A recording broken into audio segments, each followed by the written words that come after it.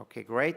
Well, it's a great honor and pleasure to introduce our first keynote of the day, our president, Dr. Abhilash Haridas.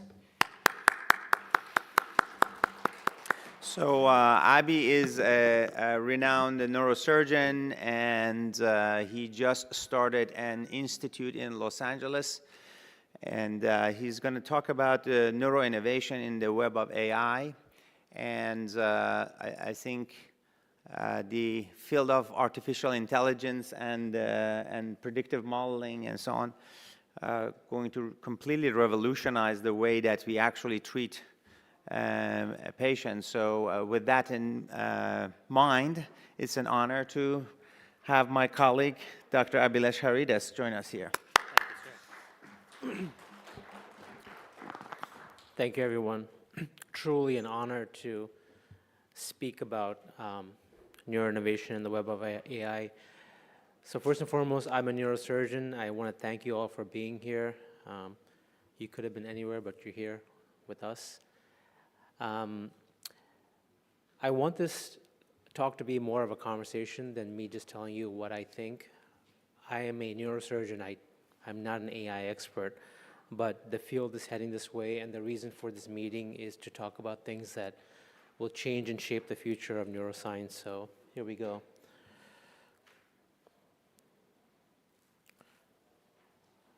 Next slide. Oh, great. So, we're going to go a little bit into the history of, AI. Warren McCulloch was an American neurophysiologist and cybernetician that met with Walter Pitts and came up with the first human neural network.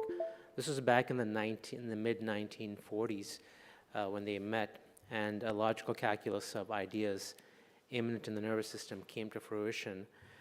So that's really the first idea of a neural network that we have understood in the 20th century, but this eventually, next slide,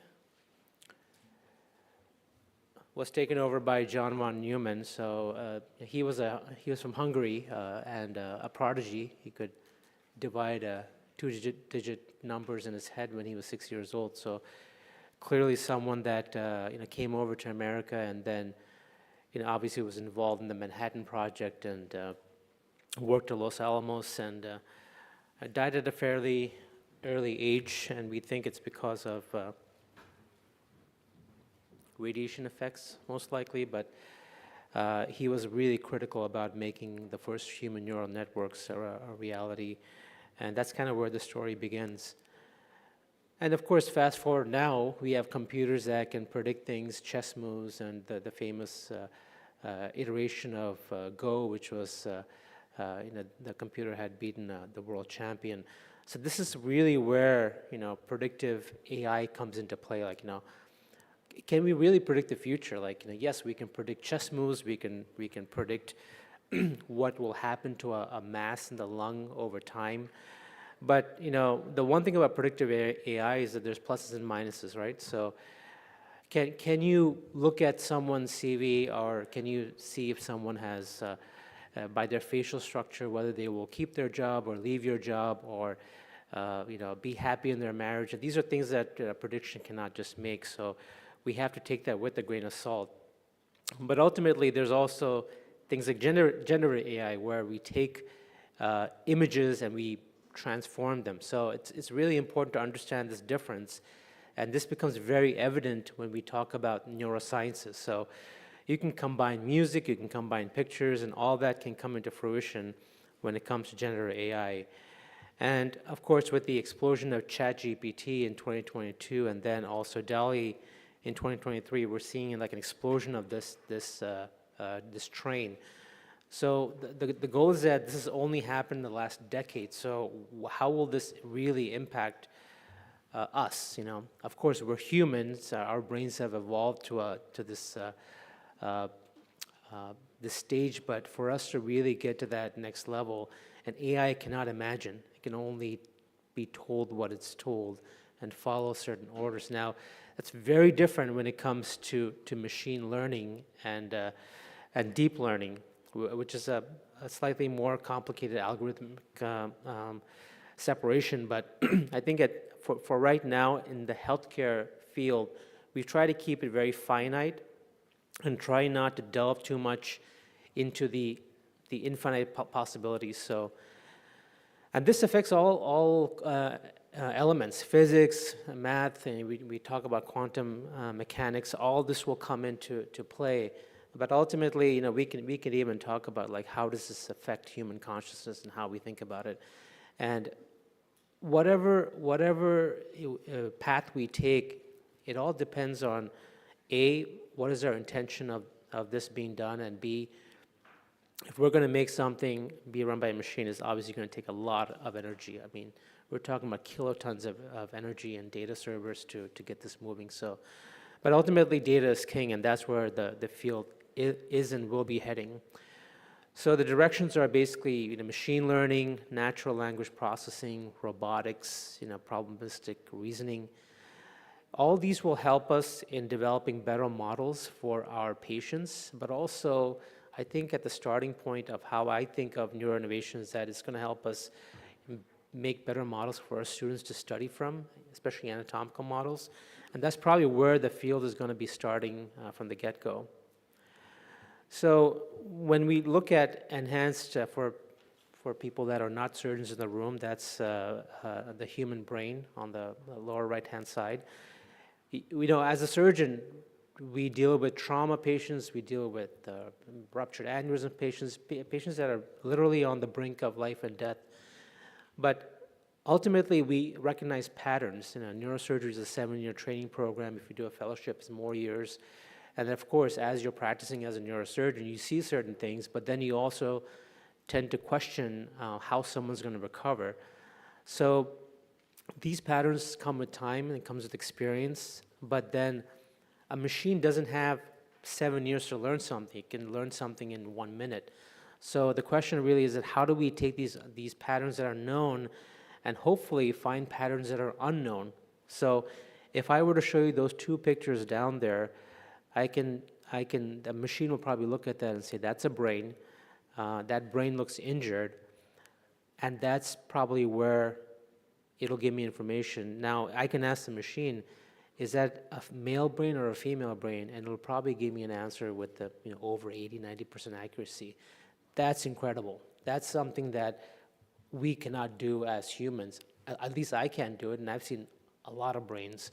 So I think that's where pattern recognition comes in, and seeing the unknown patterns is where the field is really going to open up. And with this data, we can start talking about brain imaging, we can talk about recordings from the brain, epilepsy, heart data, EKGs, and genetic data. So if you look at the real spectrum of things that are going to come into this funnel, it's almost dizzying. Like you cannot keep track of where this information is coming from. So I think at this point, it'll all come down to an algorithm, right? So this is an example of a patient that I took care of a couple of months ago. Fell down. The picture on the right is an MRI, and for the non-surgeons in the room, that's a little black line right there. That's a fracture in the spine. So if you open a book nowadays and the patient doesn't have much pain, or if they have moderate pain, you could say, "I'll send that patient home, put them in a brace, and see them back in a couple of months." But this patient was in quite a bit of pain, and we ended up doing a vertebroplasty where we inject cement into the bone, and the pain resolved. Now, the reason I'm bringing up this picture is that who will decide this in 5 years? Will it be me making a decision? Will I be having an argument with my AI counterpart to make a decision like this? And that's still unknown, at least right now, because we have organizations, we have guidelines that make that happen for us. So when we talk about neuroimaging and brain mapping, which is one of the core aspects of our organization, MRIs, CAT scans, CT scans, anatomical pictures, all this will be synthesized to avoid repetitive things. So you don't have to think about what is wrong on a specific scan. But what comes with that is responsibility. Like, who is ultimately responsible? Is it the human or the artificial intelligence that we created? And the ultimate query is what if it got it wrong? And we will only know the repercussions of that many, many years down the line, or it'll be a complete unknown. So this is a video. I don't know if you can play it. There you go. So this is an example of a ventriculostomy. This is inside the brain. What we're looking at, you see that little arch right there? That's called the fornix. And this is me we're making a hole in what's called the floor of the third ventricle. So this is a procedure that's familiar to many neurosurgeons, but obviously you want to avoid that big red thing in the middle. That's the basilar artery. And of course you want to see this picture of pulsations, but it's also very important to understand that that dome, that little curve right there that you're seeing is called the fornix, and that's responsible for memory. The goal of the surgery is not only do you want to create the hole, you don't want to injure that arch. Because if you injure the arch, what will happen is that the patient will be fine, but then they'll have memory disturbances. So you've actually hurt this patient. Now, that is something we are taught as neurosurgeons. We go through training, we do this over and over again, and there are certain rules of the game. So you could teach a machine that if I were doing the exact same procedure, to avoid certain areas. So it'll basically almost like when you're driving your car, you have the little lights that tell you that, make you aware that there's some car in your blind spot. I think that's the easy part of machine learning.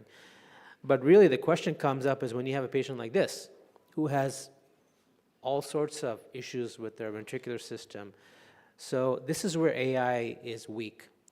As a surgeon, I can speak to this because this is something where the anatomy is so distorted, and unfortunately a lot of patients are like this. We have to make up the story as we go along. So this patient may end up needing 1, 2, maybe even 10 surgeries in a span of maybe 1 or 2 a year, depending on this. And for the neurosurgeons in the audience, I know they feel that pain because it's extremely frustrating dealing with a condition like this. But then, the more important thing, I'm going to switch gears a little bit as to how do we become a part of the solution. So I think if you are a physician or a neuroscientist or really an innovator, entrepreneur, whatever you want to label yourself as, if you want to get into the AI game, then you have to be a part of the conversation at the policy level. I think that's really where you can make your mark, because as doctors, we are able to distill this information fairly quickly. We're able to synthesize it and make it into bite-sized morsels. But ultimately, these guidelines are, can be at the state level or the federal level. I think with the government right now, there's a lot of flux, positive or negative, however you want to. This is not about a political party, but just about how we see these guardrails being placed, because AI in medicine is not like opening up a startup company in Silicon Valley. It's going to be hopefully very well regulated, and hopefully would not have as many layoffs as we've been having for anything to have an effect. So transparency is the key. You want to have this, especially in deep learning strategies, technology addiction. If we get too addicted to the technology, then we lose the actual scope of why we're doing this as humans. I think that comes from a more deeper sense of what your intent is, again, from the get-go. If you want to be a part of a startup company, I think these mission core values have to be established and cannot be violated. Of course, we have to look into data security. These are patients' informations. HIPAA is one thing, but when you start sharing it across platforms, it can be very, very tricky. And then, of course, privacy, bias. Creating these algorithms are coming from humans. So, we really don't care about the political views. It's about getting it right and ultimately having the perfect balance of how things are going to pan out. Well, this is our, if we let this go, if you don't take this seriously, this will be like almost something that kind of goes off the rails. I just watched the movie Oppenheimer last month. I was late to the party. But I was really moved by it because it shows you that when you put a lot of effort into figuring out how to, the Manhattan Project came from the idea of defeating the Nazis, so it came from a very specific intention. But what it created was the possibility of nuclear war that now puts the world on edge if someone loses their marbles. But this can affect, this can affect the way we attack pandemics. It can affect the climate. It just depends on where your interests are. We're here talking about neuroscience, but I think in the grand scheme of things, we are all here because we care about this stuff, and you'll find your niche no matter where it is. So and this is an example of a patient that we was having a endovascular procedure. For people that don't know, they put wires into your arteries and go into the brain and open up blood vessels. It's commonly done all over the world. But in this specific patient, the wire had snapped. So, in my world, I was looking at the pictures, and I asked, like, what would AI do? That's kind of a thought that came to my head. But I don't have AI, so I can call my colleagues here, or some of them in the room. I can call them and talk to them and ask for their opinion. But that's really where you kind of want to have that Google moment where, can you ask someone? So in this patient, we ended up taking them to the operating room, and we had to find this large artery called the vertebral artery. We removed the wire. The reason I'm showing this picture, if you look closely, there's two clips on either side, one on the bottom and one on the top. And this is this vessel that we're pulling it out of it's like opening up a garden hose. There's water going through it. So before I did this maneuver, I was questioning, if I make a cut, will there be blood all over the place? And luckily, that didn't happen. So, when you start doing things that are a bit uncomfortable, you have to kind of kick into gear that, we are surgeons, and I'm a surgeon, and I have to think about these as a worst-case scenario.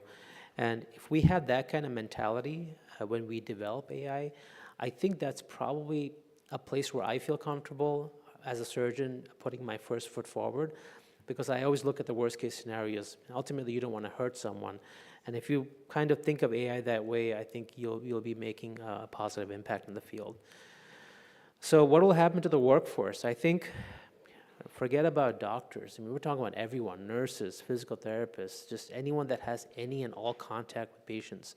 It'll be completely redefined. I think in 5 years, medical curriculums will incorporate this into their way of thinking, because even now, I talk to my niece who's doing medical school in Temple in Philadelphia, and just the way they study the subject is so different than what I had done 2 decades ago. That it's mind-boggling. So I think AI will definitely play a part in that. And being in Los Angeles, being around a lot of people that are just starting companies, startups, the seasoned clinician, when I say the seasoned clinician, I put that in quote unquote because just because you don't have 5 years under your belt does not make you, under-seasoned, I should say. So I think it really depends, or we have to bring multiple people to the table that have honestly different age gaps. My daughter knows more about my phone than I do, and that's the way it is. But I know more about neurosurgery than she does. So it's it cuts both ways. But I think when it comes to being involved with companies that are specifically looking for clinicians or medical personnel to join their company, think about like where you fit into that puzzle, because you are not coming in. You're coming as a clinician with a very specific skill set, and how can you maximize on that potential? So ultimately, AI is going to transform healthcare. It's already doing it at an exponential pace. If you're not on board now, you're definitely going to miss this meteor that's heading out. So we have to think about the ethical guardrails. If you start by putting yourself in that perspective, I think you'll be very valuable to anyone and everyone around you that's interested in this. And it's very important, and I hope that with this meeting you will see that you're coming here as one person, and I hope you will leave as a different person, because that's really what growth is all about. It's about changing your perspectives and appreciating a new one. And if you can evolve in that perspective, I've done my duty as a president. And from the bottom of my heart, you all took the time to come here and sit here and spend your money and time with us. I take that very seriously, and I appreciate all the time and attention. Thank you.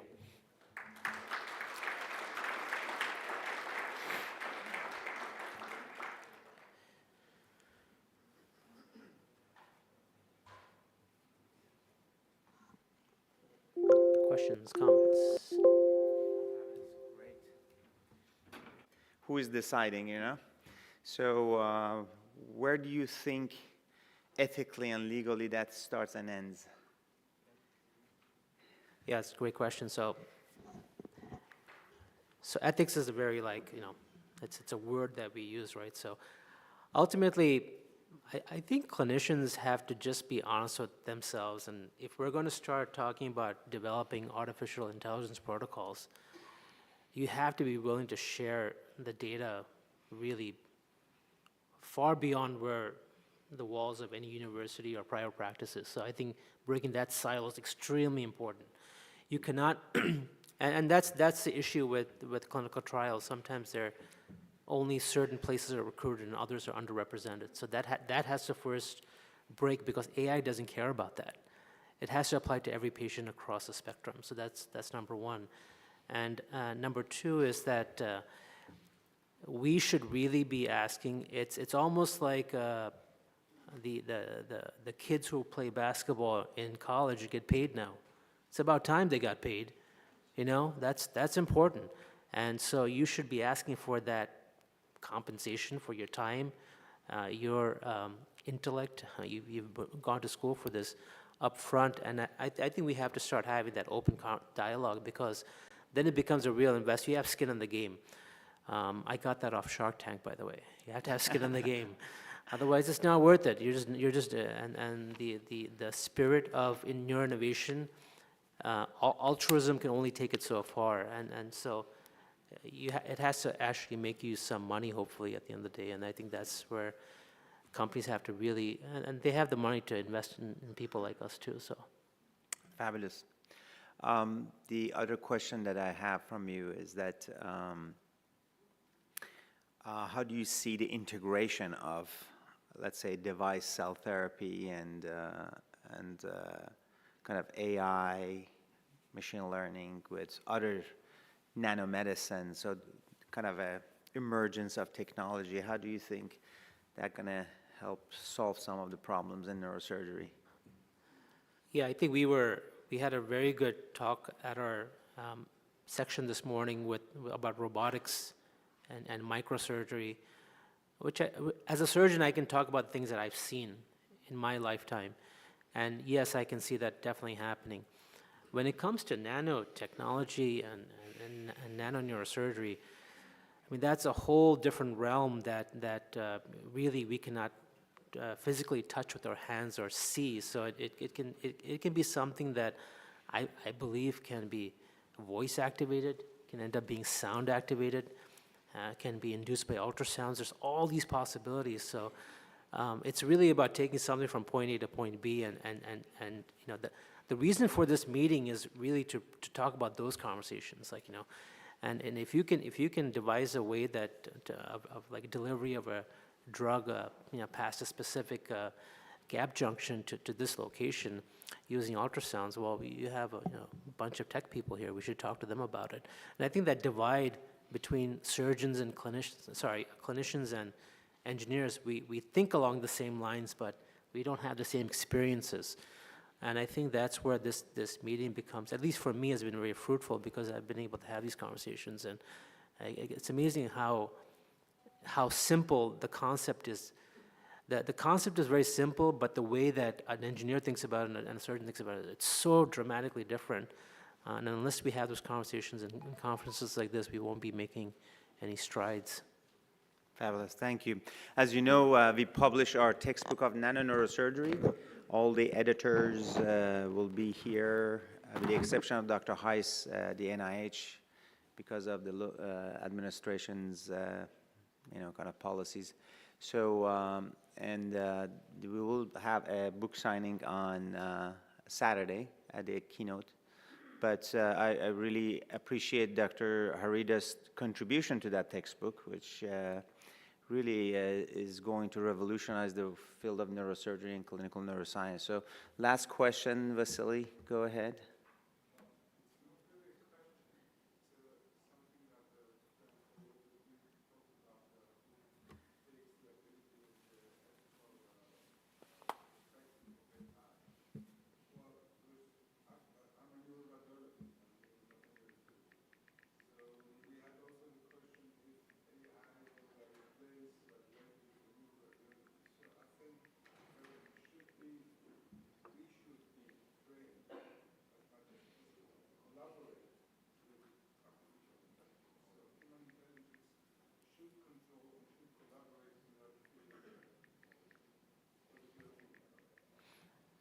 No, absolutely. Your phone is artificially intelligent. Your car has artificial intelligence. It's already here.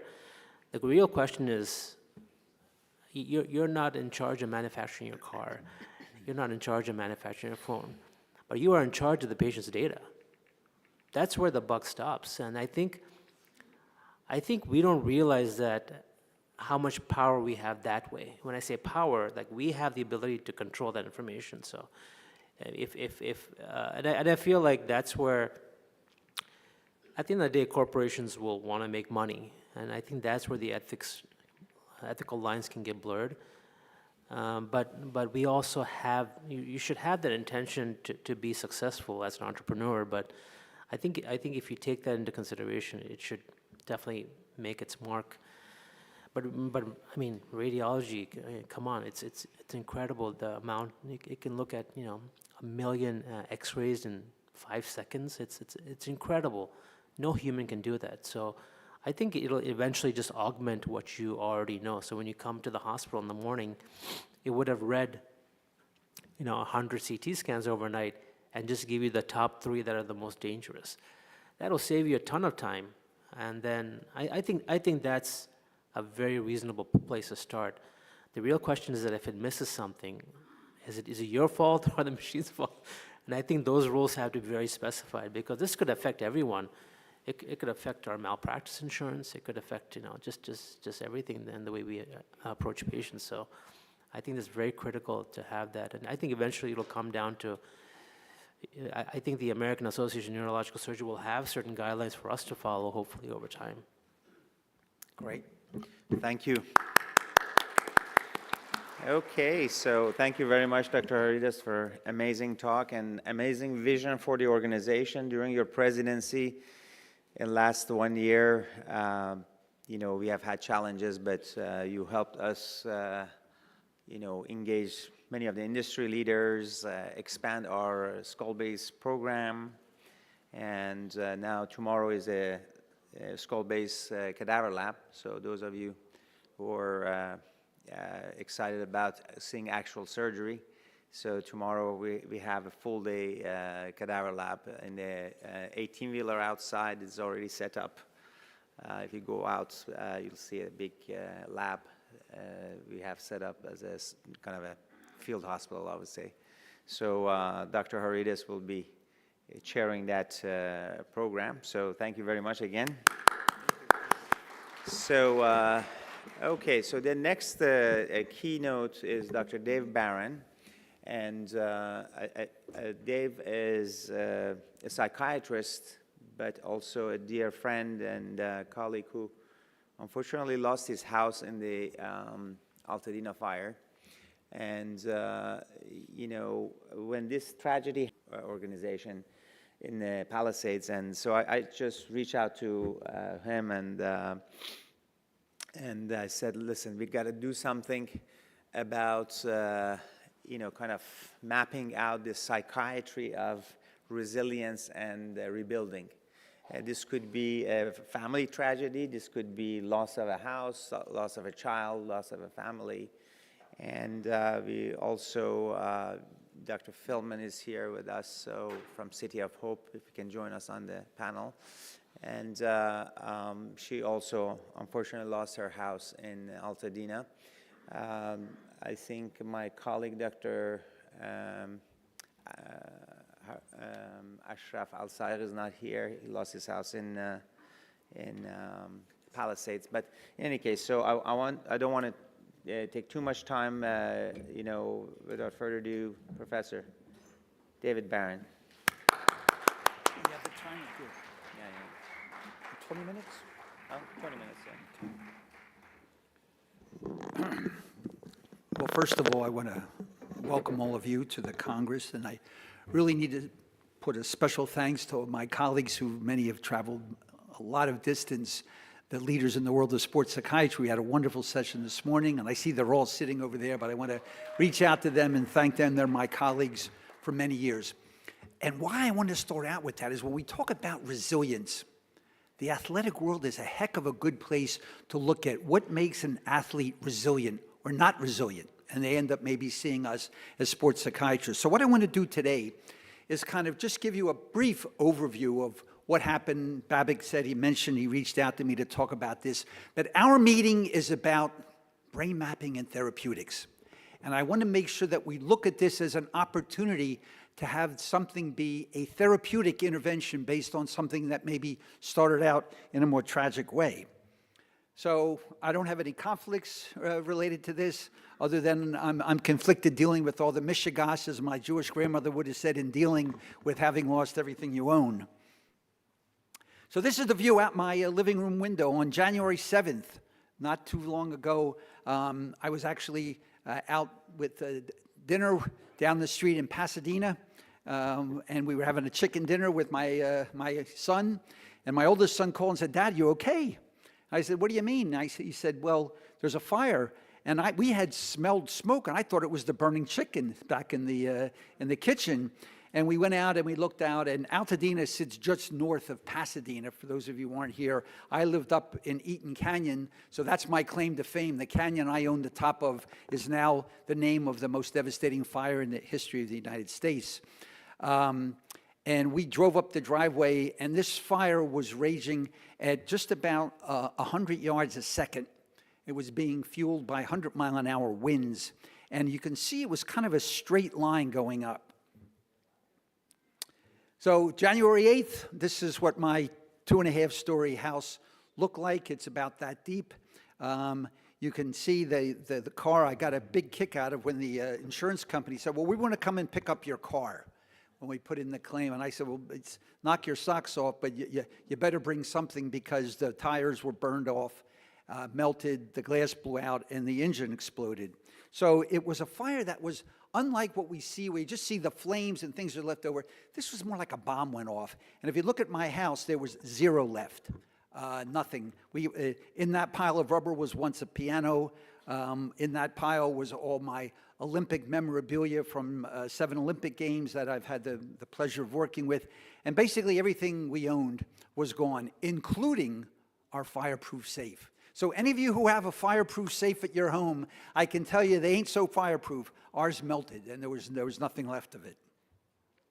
So some of the destruction, and again, I don't want to spend a lot of time on this, but this was a wildly destructive fire. Now, why is that important? Is because there were a lot of people who were affected by this. Not only those who lost homes, there were 29 deaths, unfortunately, but the impact was quite extraordinary. If you watched any sporting events, the American Red Cross, donate to this and donate to that. And it became, I had calls from colleagues from China on WhatsApp telling me, "Dave, are you okay?" I said, "How the hell did you know about the fire?" "Well, it's on website." I mean, literally within minutes of it happening, it was worldwide news.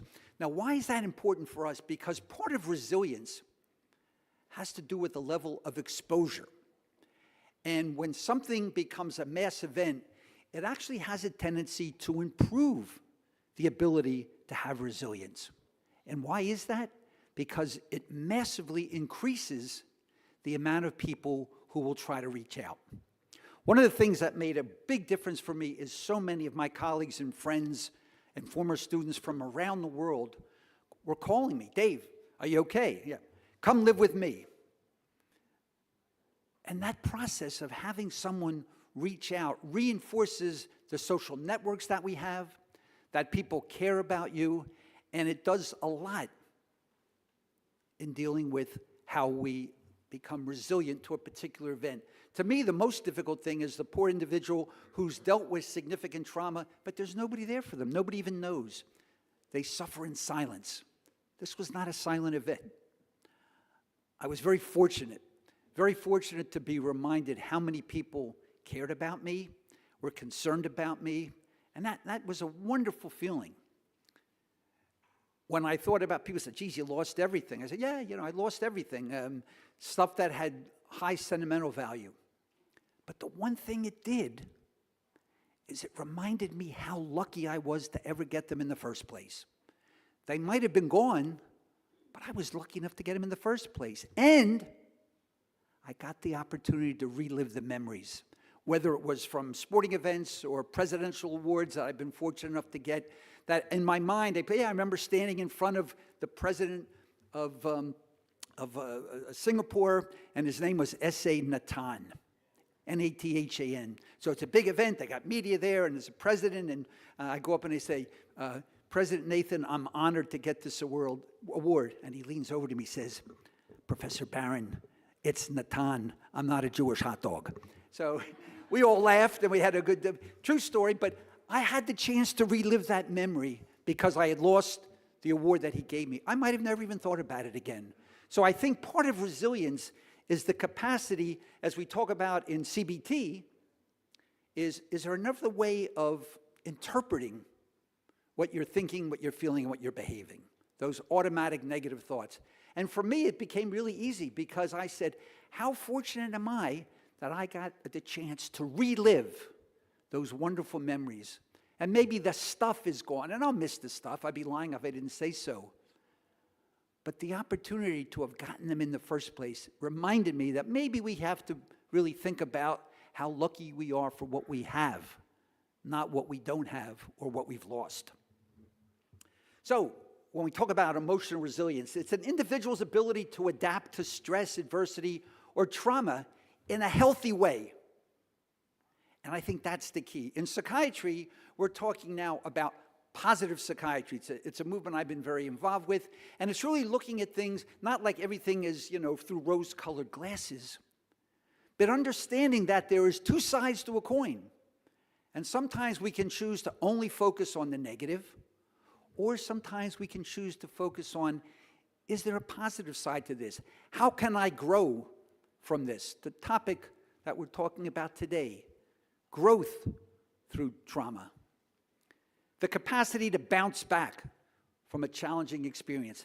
Athletes learn this. Every successful athlete I've ever met and worked with, and I had the good fortune of being an athlete for a long time myself, is you sometimes learn more from your defeats than you do from your victories. I need to work on, the follow-through. I need to work on my turns or my starts. I was a swimmer, as some of our athletes who joined us today. Andy Moreau's a three-time Olympian, was kind enough to join us. But how do we bounce back? What gives us that biological, psychological, and social capacity to bounce back from a trauma? And I truly believe it is a biopsychosocial phenomenon. I think there's biological wiring. I think some people just are they see that glass of life more half full than half empty. I believe there's biology behind that. There's genetics, there's epigenetics, our experience with life stressors, what supports we've gotten. And all these go into a very complicated equation that results in a phenotype that we take care of as providers. This ability to maintain emotional balance and well-being. We talk about homeostatic and allostatic mechanisms. What allows us to maintain that balance? Well, we know physiologically we get hot, we sweat. We get cold, we shiver. And that allows us to maintain this balance. People say, well, how do you get to that fixed state where you're always happy or you're always sad or you're always cold? And I said, well, as far as I know, there is one fixed state where nothing changes, where there is no real homeostasis or allostasis. And we call that death. Now, I'm assuming I'm right on that, but at some point, hopefully far down the road, I'll find out if I'm right or wrong with that. Adaptability, the ability to adjust to a new situation and changes when faced with life challenges and unexpected events. I wasn't planning on losing my house and everything I owned. I wasn't planning on having to go to Kmart the day after the event, realizing I don't even have any underwear, and Kmart charging $20 for a pair of underwear and $40 for toilet paper. Wasn't planning on that, but it reminded me for every trauma, it's an opportunity for some people. And unfortunately, there's still some reasonable price gouging going on in the Pasadena area. So when we talk about emotional resilience, part of it is to not be increasingly overwhelmed or devastated by, oh my gosh, we lost all this, and now we're going to pay this. But what's really going on? The ability to challenge your initial response, if it's a negative one, and saying, is there another way of looking at this? In athletes, we oftentimes work with our athletes to get them to better understand what's going on and how might they interpret that and maintain that sense of commitment and joy. Emotional regulation, again, we know that there's a very significant biology to this, and now we're able to map this with brain mapping, part of the important part of this session today. That what is it? And that, in fact, it's not set in stone. We can change that through modulation of vision and hearing and a whole bunch of things. But now we can measure that biology, which we didn't have the chance to do that in the past. That finding healthy outlets becomes important. In the world of sports, these athletes who start getting burned out at a young age, oftentimes it's because all they're doing is playing one sport day in, day out. And what we find is something as simple as letting them do something else, do something that's fun. So I believe an important part of emotional resilience is maintaining that mindset that life should be fun. And we need to work hard to maintain the ability to enjoy it, regardless of the circumstances. Seeing challenges as opportunities for growth. And again, this works beautifully in the sports world. You didn't make the team this year, but you work hard, you'll make it next year. You didn't break that time that you wanted to break, but you keep working hard, both physically, mentally, psychologically, you'll do that. So perspective, I think, becomes so important. And as a psychiatrist in positive psychiatry, it's not to say these aren't important and traumatic events, but how do we look at them with the potential to be optimistic, to have something to look forward to? We'll work hard, we'll delay gratification because there's something valuable at the end of the road. We all know this as graduate students. We worked our butts off during medical school, but at the end of the day, there was that carrot. We were going to get our degree, we were going to go out and practice and take care of people and do the things that we wanted to do, discover whatever it is we wanted to do. So I think that sense of optimism becomes really critical. Realistic optimism. Being thankful for what we have, and if we keep working hard, what is yet to come. Self-awareness, we've already talked about. Self-efficacy, so often we start questioning when we're stressed, what's going on? Am I really worthy of this? We call it the imposter syndrome in the world of sports psychiatry. And it's a very common thing that we see. If people really know I'm not as fast or as good as they think I am, I'm not really, but they are, but it's this, they have to work through this mental concept. So I think when we talk about how we view ourselves, there's some very important things. The third one on that slide, the social support, I don't think we can overestimate how important that is. Just look at us today.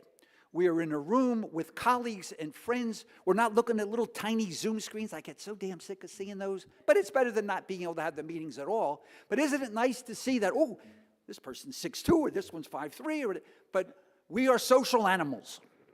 At the end of the day, unless we have some form of pathology, we like interacting with others. We just had a lovely session on autism. When we can't interact with others, we put a diagnostic label on it.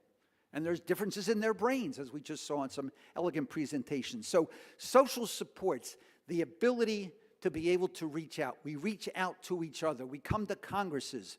We have a meal. We discuss what it is that we're doing. We give each other a hug, even though it's not politically correct in universities these days. I still believe a nice, kind of hug is, I care about you. We care about each other. And I believe when we talk about resilience, we can never underestimate the importance of being social animals. People we care about, people we love, who love us, who we respect, getting together and being there for one another. And when I think of the thing, having just lived through this, that's been the biggest difference for me. It's been so many people have reached out and genuinely said, we're here for you. I think you cannot overestimate how important that is. And then we talk about a sense of purpose. We all feel really good about what we do. We're helping people's lives. We're learning how to deal with AI. We're coming up with new treatments. We're identifying the last great mariner's trench of medicine, the human brain. We get to work at that cutting edge. We can all have a sense of purpose for our patients, for our colleagues, for ourselves, for our families. We can feel proud of what we do. I think having that and maintaining that sense of purpose, and you don't have to be the dean of a medical school. You can have a great sense of purpose And I had someone I worked with at one of my former universities who felt really great about what he did. And he actually came in and emptied the trash and cleaned the floors. And we became good friends. And I said, I really respect what you're doing. He said, you know what?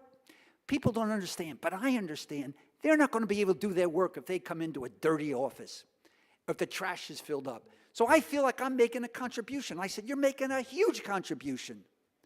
And you're absolutely right. But that sense of purpose, I think, goes a long way to allowing us to be more resilient. Developing emotional resilience is an ongoing process. It's not a one-time. We all know in our personal development and growth that this is something that we need to work on and work with and help our patients with on an ongoing basis, because it changes. Life circumstances change. So we need to adapt as well. We need to be homeostatic and allostatic. Mindfulness is something that's been talked about a lot. Basically it's being kind of the ultimate in the moment. Mindfulness breathing and mindfulness eating. But it's really turning out and turning off the outside noise and focusing on where am I right now. Cognitive behavioral therapy. I had the great fortune of being the developer of this, Tim Beck. I was his psychopharmacologist. And he taught me a lot about what it meant to challenge those automatic negative thoughts, which is kind of the key issue with CBT. Stress management techniques, they come in a lot of different forms. Yoga, dancing, whatever you want, listen to music. Here in LA, we love to watch sunsets. The key that I think when we talk about stress management is we need to make sure that it is enjoyable. I've made the mistake of people say, well, what should I do? I said, well, I'd like to jog or I like to swim. Early in my career, realizing that if they don't know how to swim or they don't like to jog, that's probably more stress-inducing than stress-reducing. So we need to find something that allows us to enjoy what we do. Something that we would do even if someone didn't tell us we should be doing it. And there's no right answer as what's the best one, except that the one that's the best in regards to stress management is the one that makes sense to you and that you're going to keep doing because it brings either a sense of joy or at the very least, a decrease of the negative stress, the distress. And we've already talked about the supportive relationships and positive psychiatry. Positive lifestyle psychiatry, I'm very involved with this. It is actually the theme of the American Psychiatric Association's meeting this year. The annual meeting happens to be in LA in May. 6 basic pillars. I think these play specifically into trauma victims. We talk about nutrition, physical activity, sleep, so important. We heard a lovely discussion today. Stress management, substance use, and social connections. I can tell you personally, every day since May, I go for at least 2 long walks by the sea, and I try to get out for at least a 4 to 5 mile bike ride. I can't swim anywhere near as fast as I used to, but at least I can still get in the water. But I think that exercise helps me and most people. Sleep, regular sleep. There's such a wonderful science about sleep. It's restful sleep. And there are very simple ways.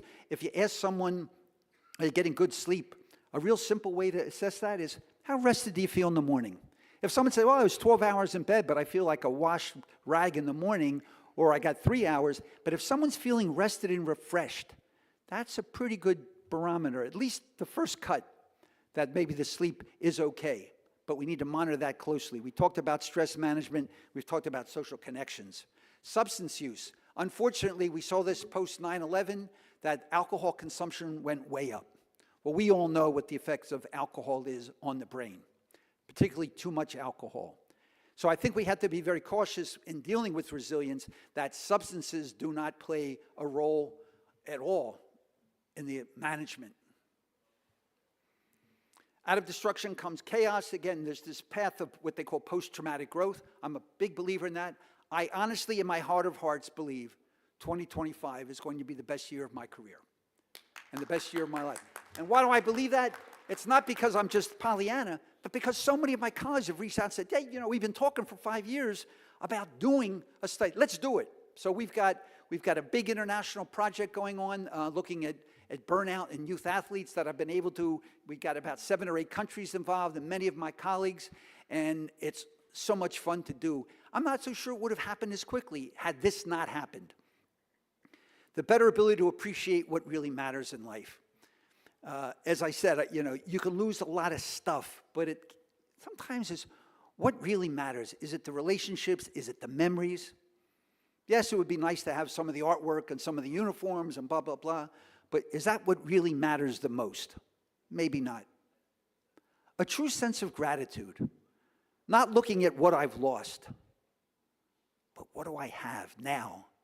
And what will I be able to get in the future if I stay focused? And that sense of real, true gratitude.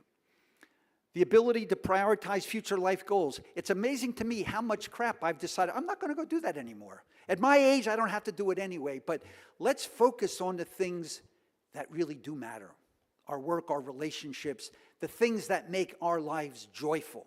Those are the things I think we should be prioritizing. The need to challenge those automatic negative thoughts, and then kind of this sense of taking control of one's future. One of the things we know is from psychiatry is that the greatest stressor in life is not the death, it's actually that feeling of loss of control. When we feel out of control of our lives, that tends to be a very stressful scenario, whatever it might be. Passing the boards because did I study the right stuff? Being able to cover them, whatever.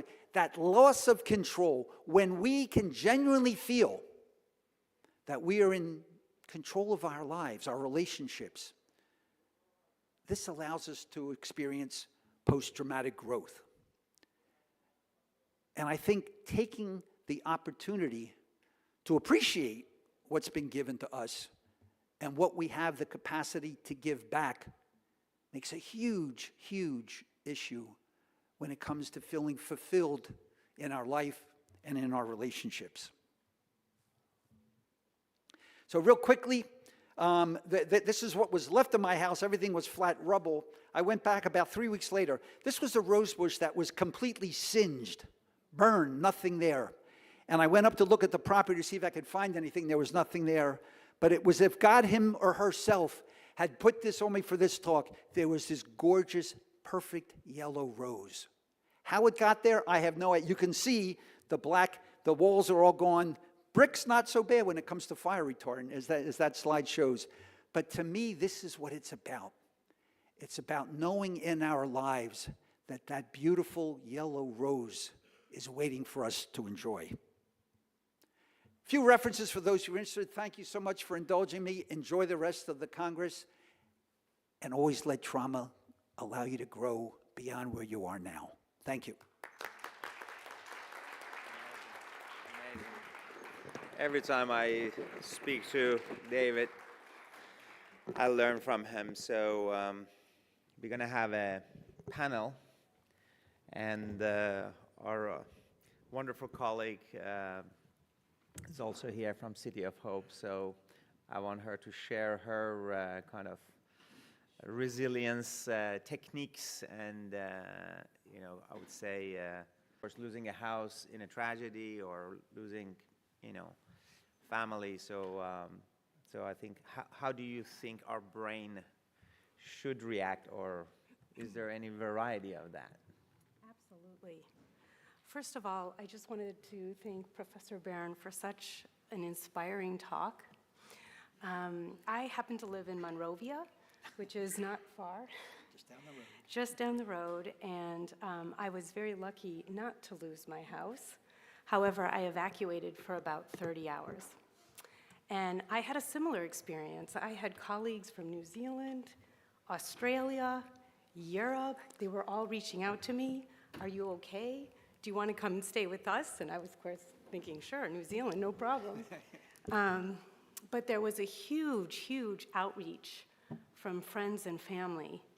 And I really did feel like, oh, I might lose everything I own, but the people I love are okay. And it was that exact same situation that makes you remember what's really important. In terms of resilience, I do have to point out, I have a colleague in the back named Mike Chen, who's also a neurosurgeon at City of Hope. And I was driving with my 3 dogs on the 210 in Pasadena, and I couldn't see because there was so much smoke. And cars had flipped over. It was like a movie scene. And I called my colleague, Mike, and I said, hey, are you okay? And he said, yeah, I'm fine, I'm going to operate. He was going to Huntington to operate, which is in Pasadena. And I remember thinking, that's resilience, because there really was a panic in the air. And he was going to take care of a patient. I luckily didn't have anything scheduled that day. But it does bring up a very good point that I think everybody in this room can appreciate. All of us who are here today either take care of patients directly, or we're doing research to improve their lives or their well-being. And there comes a huge responsibility of doing the best you can, and yet you still will face failure. And that can be an operation that didn't go the way you wanted, or a tumor grew through whatever treatment you were trying to offer. And there's a resilience of keep getting up the next day to try to help another patient, and that can be really hard. I found that exercise is very helpful, like you had brought up, and the close relationships of your colleagues and your friends, because nobody else understands what that pressure is like than other people that you work with. So I think it's very important to foster those relationships, talk about things regularly, be honest. You know, I had a really, really hard day. Can I sit down and talk to you about it? You know, you put your ego aside sometimes, but I think that's a very important way to thrive and to keep going. Great lessons. Well, Dr. Haridas, what's your thoughts on resilience in work? We lose a patient, or, you know, in our own mind, kind of, we have failed the case, you know? So as if Dr. Barron said, as an athlete, you didn't make that cut, but maybe you are good enough, but, you know, so what's your thought? No, the Dr. Barron's talk was very eloquent and hit a lot of points, but as a surgeon, you deal with life and death situations. You lose patients, you win patients. Hopefully you have more wins and losses, but you know, I think the first step is being vulnerable about your emotions. Like, you are human at the end of the day, and you know, as a neurosurgeon, it's I guess a macho field, or whatever you want to call it, but ultimately it's very important to have people that you can lean on, and it doesn't even have to be a physician. It could be somebody who's just a close friend. And just getting that off your chest is kind of the first step, and that goes with any life situation that you're going through. The secret of exercising, it releases endorphins and stimulates dopamine, so it makes you feel awesome. And I highly recommend it. I've become more aware of exercising as I've gotten older, just because I get more out of it than I did when I was younger, because I was just always working. But you'll get through this like anything else, and I think that's where the key of resilience lies. So, just being very open about your emotions, and it's not a guy-girl thing. It's not a sexist thing. It's just a human thing, and you have to really. I have 3 daughters, and I can tell you I'm a much more sensitive guy now than I was 10 years ago. I'm very careful about how I talk to people. You know, I lift the toilet seat. You know, I think about these things, which I never even cared about before. So I think they've made me a better person overall, and I think that's also part of resilience, is that you grow into a newer version of yourself, hopefully a better version. Fabulous, great. Well, this is open conversation in like 5 minutes. Any comments or any thoughts from the audience? Because Dr. Sidhu, because I think we come here to learn knowledge and medicine and science from each other, but also Sbmt is like a family. We have developed an organization in the last 22 years and survived the pandemic and the fire. And I think we got to look at this network of colleagues who are passionate about each other. So, you know, actually, Dave reached out to me and said, "How are you doing?" I'm like, "Dave, how are you doing?" So we kind of, and for myself, I mean, I lost my brother-in-law to leukemia, AML M5, and that's like a really nasty cancer in 2019. And 2020. I almost lost my mother. I said, heck no. When she got the COVID-19, I had 27 doctors, including, myself on her. But the point is that through prediction and prevention, we could save her. I mean, at that time, there was no protocol. And then my father passed last year. So the loss of family and then loss of the stuff, I would say. And I agree with Dave that we lost things, but everything is our family, friends, and colleagues. So you're all our everything. So with that, I move to Dr. Kuldeep Sidhu from Australia, renowned stem cell scientist, and past president of Sbmt, by the way.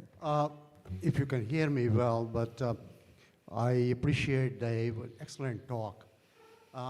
When it comes down to classification of trauma in our life, you talk about physical trauma, California fire is the one, and Babbitt talk about losing your relative. These are the physical one. What I'm concerned, and I want your comment on it, is called the social trauma, to be political correct at every time. And some of the people are predisposed to that condition. Meeting a new person creates a lot of trauma in their brain. And I want to know a little bit more on what are the strategies for those people who feel shy and who feel threatened by going to the new places, which is a huge one from my perspective. And I've seen a number of people having that problem all the time. Well, there's an important field we're calling the social determinants of mental health, and I think that's what you're talking about. So I think what we need to do is assess each individual. We all have strengths and weaknesses. Some people are a little bit more extroverted, some a bit more introverted, and we put labels on them. But I think you raise a really important point, and that's understanding where the individual, not necessarily a patient, where are they, given this set of circumstances? So maybe it's a new school, or maybe it's they've moved, or maybe there's been a breakup of a marriage if it's a child. So I think what we need to do as clinicians, just like we do in every area of medicine, is collect all the data, do a good history, as it were, understand what's going, and then look for how do we develop an appropriate treatment strategy based on this individual's needs. We talk about personalized medicine. It's the same way in mental health, really. Rarely does it one-size-fit-all mentality work. A size 10 is a great shoe if you wear a 10, but if you wear a 9 or 11, not so good. So what we need to do in all of medicine, including mental health, is understand what are the needs, where is this individual right now at this, maybe they were in a different place 5 years ago, or might be somewhere else, but where are they now? What capacity do I have to intervene to allow them to adapt, to accommodate to this situation, and allow them to feel better and improve their overall quality of life? But I think it's such an important question you ask, because everything is context dependent. What we wear now here is very nice. If we were to go to Santa Monica Beach, people say, what the hell are you, everybody, coat and tie? Why aren't you in your shorts, right? So everything is context dependent, including, I think, the work we do, certainly in behavioral and mental health. Excellent. Thank you so much. Just a follow-up suggestion that personal strategy in terms of to be selfish to what you want to do and give you happiness is one of the things which I really advocate, that focus on what you want and which give you the happiness. Don't worry about the periphery. That's a great point. Absolutely. It's what the patient needs and wants, not what we want. Yeah, I mean, I think on that note, I also want to thank Dr. Barron for organizing the sports psychiatry. I'm an athlete, I'm a marathon runner, so I know how that actually impacts on my brain equilibrium, not health, I'm not sure, healthy brain I have, but I think exercise is really, really important, makes you focus and help you be kind of guided, but also, camaraderie, teamwork, and I think kind of having a reason to wake up every day, not necessarily getting things, but helping people. Last question. Not a question, I just want to commend the panel. They've touched on all the points that are pretty typical. One point in answer to the neurologist is about how we're starting to explore the sensory systems, how it affects the autonomic nervous system, which affects our psyche, which is part of the vagus nerve. And so if we have the sensory system all integrated and we have a stronger basis foundation to take in what you're saying. 'Cause some of those strategies are incredibly important, but our body will not accept it if we don't have a mature nervous system. So spiraling out of your comfort zone and coming back is exactly what you were talking about. But why do we do that? We integrate new pathways, and we are allowing our sensory system to, either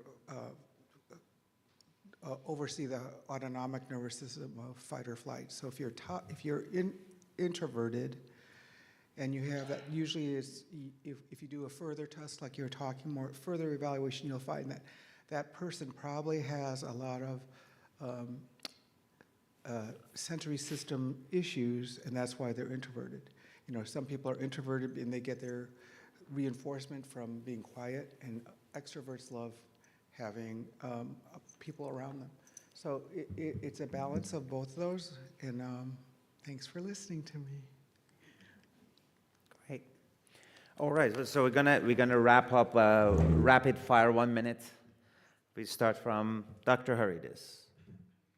1 minute.